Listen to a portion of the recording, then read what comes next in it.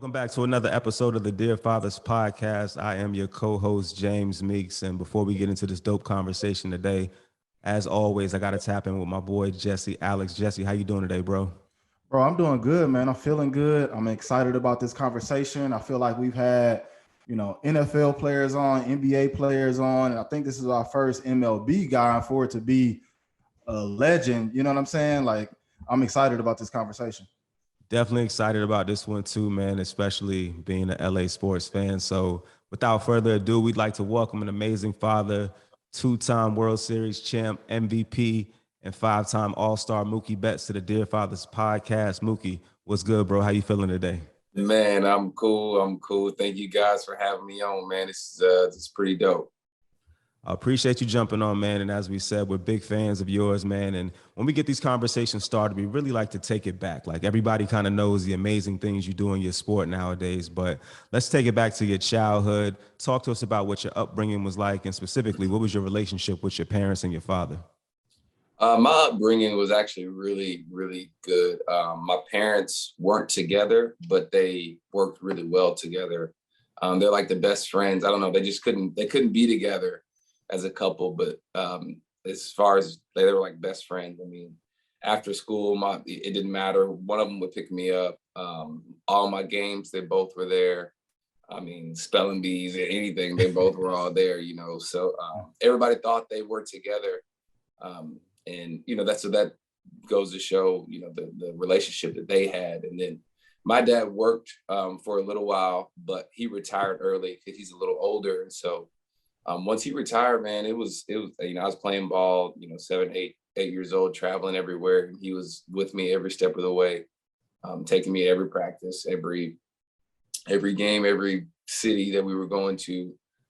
He was right there. I mean, I was pretty much his priority at that point. So, our relationship is amazing, man. That's my dude. Yeah, that's solid, man. And what's interesting about what you said, and it's kind of a rarity, at least in these conversations that we had, that your parents weren't together, but people thought they were. Because a lot of times when we hear it through the podcast or when people submit, their stories, it's like, a lot of times it's like if it doesn't work out as a couple, there's that conflict in raising the child. So salute to your parents for, not being able to work as a couple, but still putting you first, man, and you reaping the benefits of that. I think that's dope. Yeah, no, it was cool, man. I mean, I still don't understand the dynamic now.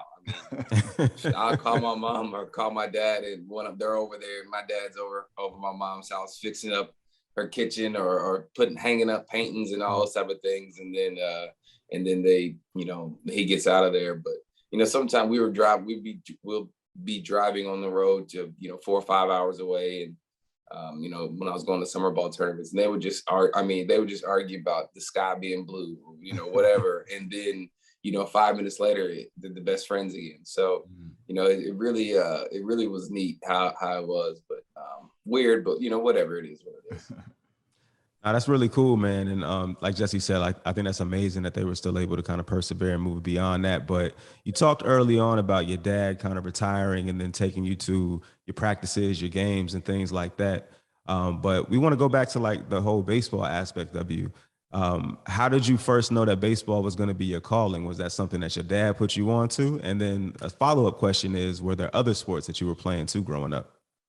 Yeah, no, so I didn't know baseball was going to be what I was going to do until after I graduated high school. So, I mean, it was just, I was just playing baseball because I was good at it, and so my dad really just let me do whatever I wanted to do. I mean, I said I wanted to play football, and a couple of weeks later, he had me, playing football. Bought me everything ready to go. I wanted to quit, but he didn't allow me to quit just because, football, he said, once you start something, you got to finish it.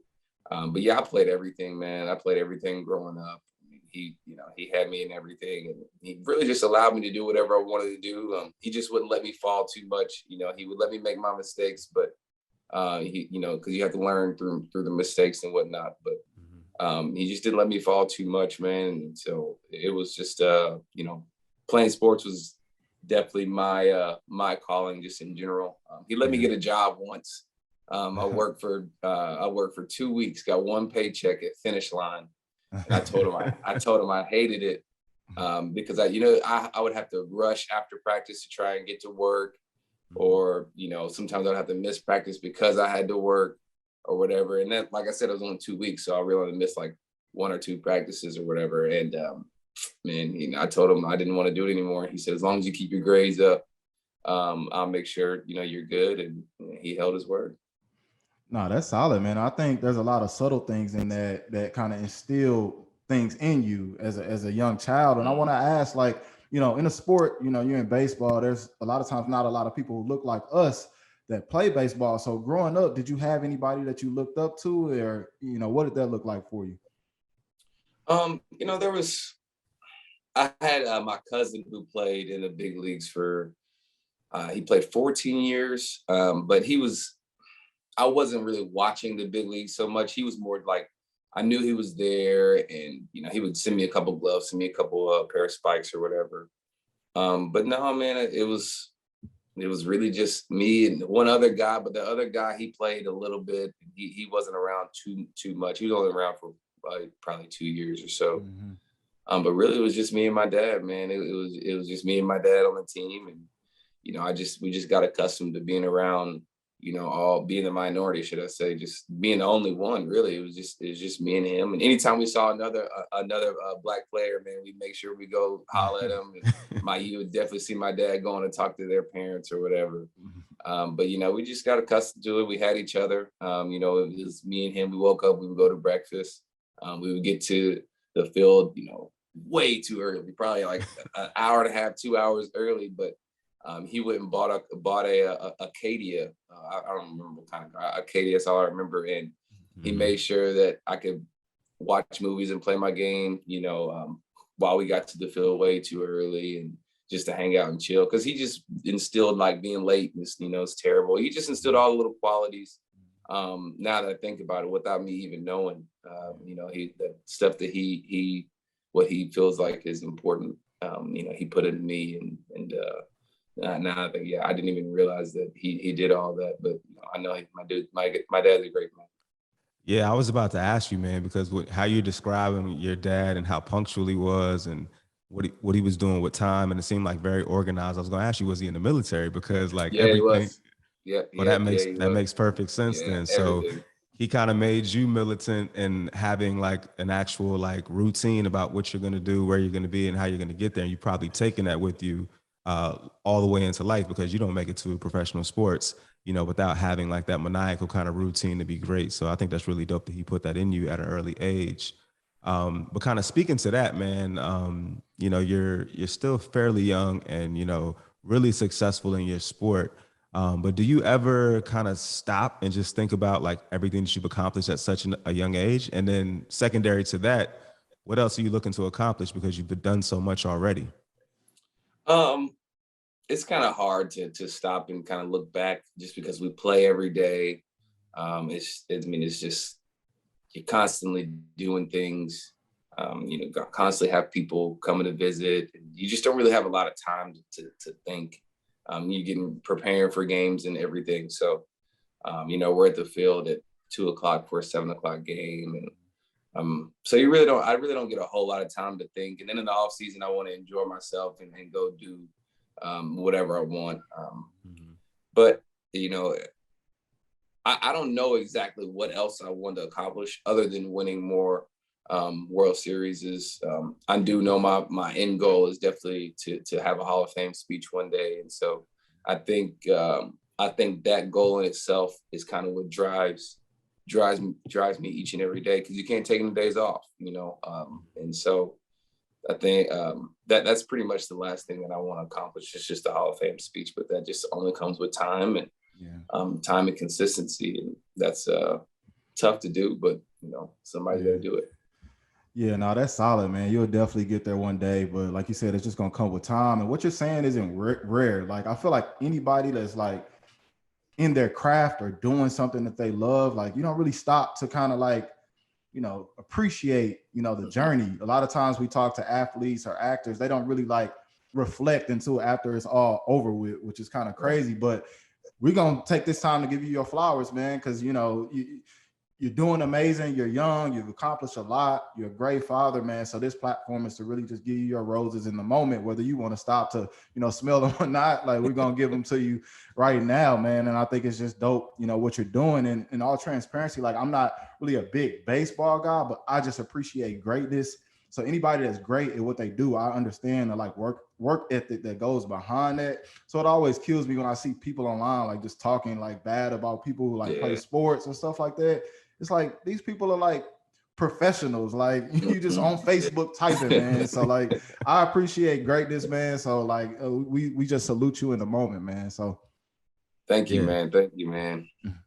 Definitely. So then moving us forward, man, we definitely want to get to this conversation. What we really brought you here today to talk about is fatherhood, man. We love having these conversations, especially with, newer dads who are still, trying to figure it out on a day-to-day. And we also talk to older guys who are even grandparents now. But for you specifically, how would you describe yourself as a father?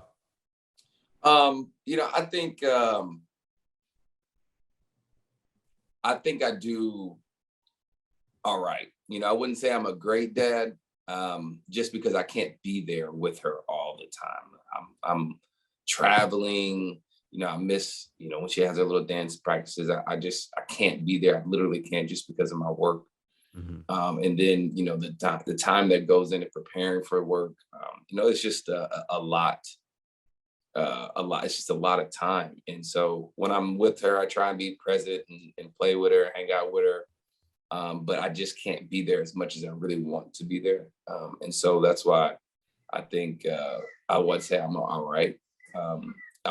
Like I said, I wish I really could be there a lot more and just to see her grow up and whatnot. But, it's just, you got to give something to get, man. And if you want to, for me, if I want to be great at my sport, great at what I do, that takes time. It takes time. And then if you want to be a great father, that takes time as well. And so, being pulled in two directions, and it's just, it's really hard, really, really, really hard. And so, I'm still trying to figure it out.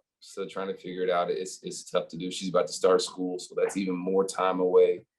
And I get home at, 10:30, 11 at night, I get 10 minutes with her, and then, she's going to sleep. And so, it's just, it's rough. But I'll figure out how to make it work, man. And it's just it is what it is at this point. Yeah, I want to say to that, I think one, appreciate the honesty and the transparency about it.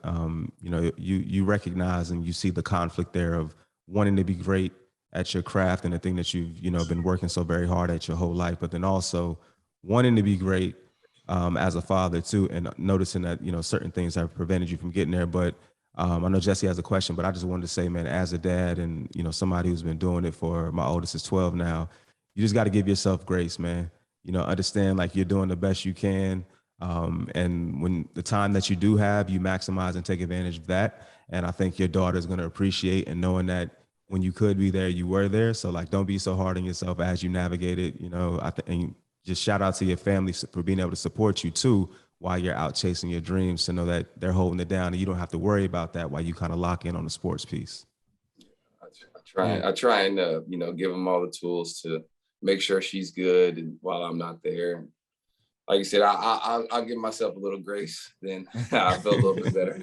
Yeah, no, and to James, I was actually going to hit on that same point with what James said, because we talk about it all the time. Is like, not only, giving our, fathers, mothers, parents grace for, what they had to go through growing up, give yourself grace as well on the journey, man. Like, what you're building is like so much bigger than, like, she's gonna know, like, once she gets able to like realize who you are and what you do, like, she's gonna know what's all for her. So just give yourself a grace along the way, like James said. And I want to know, like, it's kind of been this whole girl dad thing, like, since having a baby girl, like, what is that like sparked up in you? Like, has that changed you at all as just like a Black man, like having a baby girl? Yeah, for sure. A father-daughter relationship. My father, between me and Kinley, we're obviously, she's really attached and wants to, want me to hold her and everything. But it more affected me and my wife. I feel like now it's my job to set an example of what I want Kinley to, what the relationship I want her to have. And so, you know, I don't want everything between me and my wife. We're always talking. We're always, you know, hugging, touching, those little things that I want Kinley to see. So when she grows up, she's not guessing at the man that she wants. She knows, she's seen a good relationship, and so she knows what a good relationship really looks like. And I really feel like that has helped me and my wife, and then it's also helped me and my daughter as well, because she's so cuddly and affectionate. And she didn't really start out that way, and so you know, we were kind of worried that she was heartless for a little while. But you know, since me and Bree have really made it a point to make sure we talk, and whenever we argue or whenever Kinley hits someone or does something bad, we make sure that she comes and talks to us. It's not all about, you know, just whooping her and then keep it moving. Like she doesn't really learn communication that way. And so, you know, if I hurt her feelings by yelling at her, Brianna makes sure that Kinley comes and tells me I hurt her feelings and why I hurt her feelings. You know, I make sure I apologize and those type of things. And so I really feel like it's made it being a girl dad has helped with communication, all the little important things that just go into relationships that I think people overlook. Yeah, that and I want to hit on something with that, because if I'm not mistaken, you and your wife have been together since you were how old? Like 12 years old or Yeah, something, right? 12, So yeah, like 12, yeah, y'all were together since y'all were kids, and now y'all are raising kids. It's yeah. kind of crazy. Like, for how long in y'all relationship had y'all talked about, like, oh, in the future, like we want to have kids? Like, when did those conversations kind of start? I would say probably in high school. You know, when you're young, you don't really expect to be together that long. Just because, you know, my parents, they were like, you know, this is when you say I love, tell someone you love them in high school, you probably don't really mean it, you know. But you know, my parents were really skeptical about, you know, Bree, and as they should be. You know, they want me to focus on, you know, playing baseball, playing basketball, focus on, you know, my craft and what I wanted to become in life. And as I was doing that, I was still finding time to be with Bree. And you know, they allowed it. You know, they weren't you know, didn't give me any pushback, but they did want to make sure that you know, I made sure I took care of my job or whatever I was doing. And I think just me carving out time to spend with Bree, I think meant something in general, because if she didn't really mean anything to me, then I don't know that I would have made sure that I missed some tournaments just to go to the movies and go hang out, you know, this weekend with Bree and whatnot. And she was come to tournaments and those things to watch. So, you know, not looking back, you know, we definitely did carve out a lot of time to spend with each other. And I think in doing that, that just meant like something was there. Then as we got older, you know, it got a little easier to be with her and to spend time with her and to really do, you know, talk about kids, you know. And when it was like just kind of in our conversation, that's when I had an idea, you know, she was gonna be the one. No, that's really dope, man. And you know, kudos to you guys for sticking together and being by each other's side this long, man, and then kind of going out and starting your own family. So you mentioned, you know, the dynamic that you and your daughter have, but then also you and your wife Bree have. How does that impact your parenting style? Like, who's the disciplinarian? Who's the fun parent? Like, what does that breakdown look like between you and your wife? I would say I have to be the disciplinarian, just because I guess my voice, Kinley listens a little more than if Bree says something. But we don't, our parenting style, we both agree, like we don't feel like whoopings and all those type of things are necessary unless it calls for extreme measures, you know. We feel like we can get a lot accomplished just by talking. And it's worked so far. You know, obviously they're kids and they're gonna make mistakes and do those type of things. But you know, I also don't want Kinley to be scared of one of us. You know, when someone's mad, like, you know, I think I don't want her to be running and being scared of getting whooped, this, that, and the other, unless she's done something really bad. But she hasn't really done anything that bad just yet. So really everything kind of we can just talk about it, and when we talk about it, I feel like it works. I'm not sure yet, but I feel like it does work. I know it works for me and Bree. It's easier for both of us to go talk to Kinley than for one of us to whoop her, because there was a couple of times she could have gotten a whooping, but I looked at Bree, I wasn't gonna do it, and she looked at me like she wasn't gonna do it. And so at that point, we just decided, we're just trying to talk to Ken and maybe develop some communication skills and whatnot. Look at it from that lens. No, that's solid, man, and I love to hear that. And me and James kind of talk about this all the time on the pod. Is like getting people's different perspectives on parenting styles and disciplinarians and things of that nature. So we appreciate your transparency there. But something I wanted to kind of like tap into, because we've kind of talked a little bit about it, as far as like that tug of war between your career and raising your daughter and being a father, being a husband, being a friend, being a son. One of the things that we focus on a lot here at Dear Fathers is mental health and our Straight Mental initiative. Do you do anything to kind of manage your mental through all of that? Because that's a lot, man. You're in a very demanding career. Have you ever tapped into, seeing a therapist, or do you do anything to kind of, maintain your mental through trying to balance all of that at one time? I listen to books, man, on my car rides in. I feel like I've changed so much. When you used to get in the car, you used to just bump music and just be banging going through the streets. But now I don't even listen to music anymore, man. I listen to books, like mental health books. I know Will Smith's book has really changed my perspective on life. There was a book, David Goggins. Those two books, it's called Can't Hurt Me. Both of those books have really kind of changed my perspective on life, and just the way I view just any little situation, all those situations that you just said, being a son, being a father, being the athlete, being in Hollywood, all those type of things, just reeling and putting everything into perspective, and not really putting too much stock into everything at one time, and just trying to, kind of juggle it all, being in the moment with everything, and it's tough. It's hard. It's really hard because baseball is so time demanding, and but it is what it is. You got to figure out how to make it work, because I got 10 more years left, so I got to figure out how to do it all, and be the best that I could be at everything. Yeah, no, that's really dope, and very introspective. Just kind of thinking about like all of the different things that you have to manage and the struggle that comes along with that. But kind of segueing and piggybacking off of that, you signed a long-term deal. You got at least 10 more years, if not more, after that contract of playing, right? But then you and Bree also have a daughter now.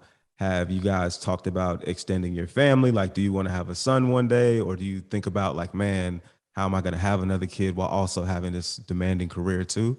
What has that been like for you? Oh, I definitely do want to have a son. I was the only child growing up. My dad had another son and a daughter, but they were much older than me. So I really just grew up by myself. And, I always asked my mom for a little sister. And so, but, I never got one. And so I just didn't want Ken to grow up by herself. I feel like, having a little, I wouldn't call it companion, but a little relationship with a little brother, a little sister, whatever, would definitely help her, help her. I know I'm gone so much, and Bree is starting to have to spend time in other places because she's working. And so Kinley is kind of by herself or with a nanny a lot. And I feel like another little brother, little sister, someone she can spend time with, someone she can look and have inside jokes with, those little laughs, those little things would be very beneficial for her. And, it's tough to say. It's tough to say that her growing up by herself with a little, we do have a really good village to help raise her, but they're all adults. And so she didn't really get any kid time outside of going, she's about to start school. But when she's home, there's all adults around. I feel like a little brother, little sister that she can play with can help her childhood, because you can't really go out in the street like you used to, man. When I was younger, I was a kid, but I was the only child, but I could just open my door and run up the street and go get whoever, we can get neighborhood, we get 10, 11 people and we go play basketball or football or whatever it is. But nowadays you can't do that. And so, it's pretty much everything in the house. And so I think having someone, a little brother, little sister in there will definitely help her for sure. Yeah, that makes sense, man. Because I was the same as you. I grew up an only child as well. But like you said, I could just go outside, go up the street, play basketball, just run around, ride bikes. So it's a little bit different these days. And I want to ask, like, obviously it's something that, may happen in the future. And you say you do want a baby boy. Now, if you did have a son, would you want him to be a junior? And would you, want him to also play baseball too as well? Is that something that you kind of dream of, like in the back of your mind? No, I want him to have his own identity. I don't want him to, it's already going to be hard enough as Mookie's son, and everybody's going to expect so much of him. Hopefully he's good at sports. If not, whatever. I definitely don't expect him to be just, the greatest of all of us or whatever. But if he is, cool, we'll roll with it. But I definitely want him to have his own identity, live his own life, do whatever he wants to do. And I just want to support him in whatever. The only thing I really want him to do is play golf. That way he can go to school for free. That's the only thing. Outside of that, he can do whatever he wants to do. Man, he gonna Google your contract, be like, "Dad, what you talking about school for free, man? You got it." But man, we have a really dope segment here that we feel is special. It gives guys an opportunity to write a hypothetical letter to their pops, and considering the great relationship you and your dad had, as well as we're recording this the day before Father's Day, so it's an important weekend for dads in general. We call the segment Dear Fathers, and what we ask is, if you could write a letter to your father starting with Dear Father, what would it say? I would say, Dear Father, first, I just want to thank you for everything that you've done for me. I think I didn't really pay attention to how good of a dad you were until I got a little older in life. And the only thing I really want to do is be just like you. I want to support my kids in every way that you supported me. I want to love my kids in every way that you love me. And just really just be there, be the sounding board that you were. And I can talk to you about any and everything.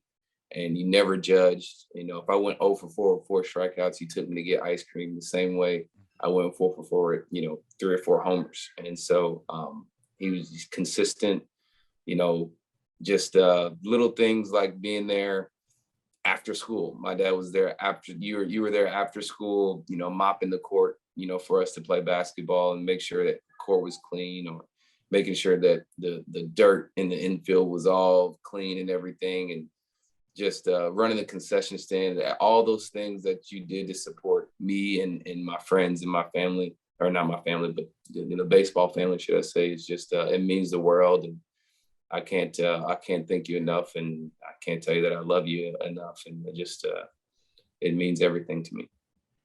No, that's solid, man. And I love the transparency there. And even in just this short amount of time, man, I could tell how much just those subtle things that you were saying, we picked up on, like, oh, like he definitely instilled, a foundation in you, which probably helped you become the great baseball player that you are. So definitely salute to your pop, salute to you. And but before we get out of here as well, man, we like to just kind of lighten the mood. You're writing a deep letter to your dad. We like to kind of just chime in to some other stuff real quick. So we're gonna do just a few rapid fire questions, man. Basically like this or that. You answer them in 5 seconds.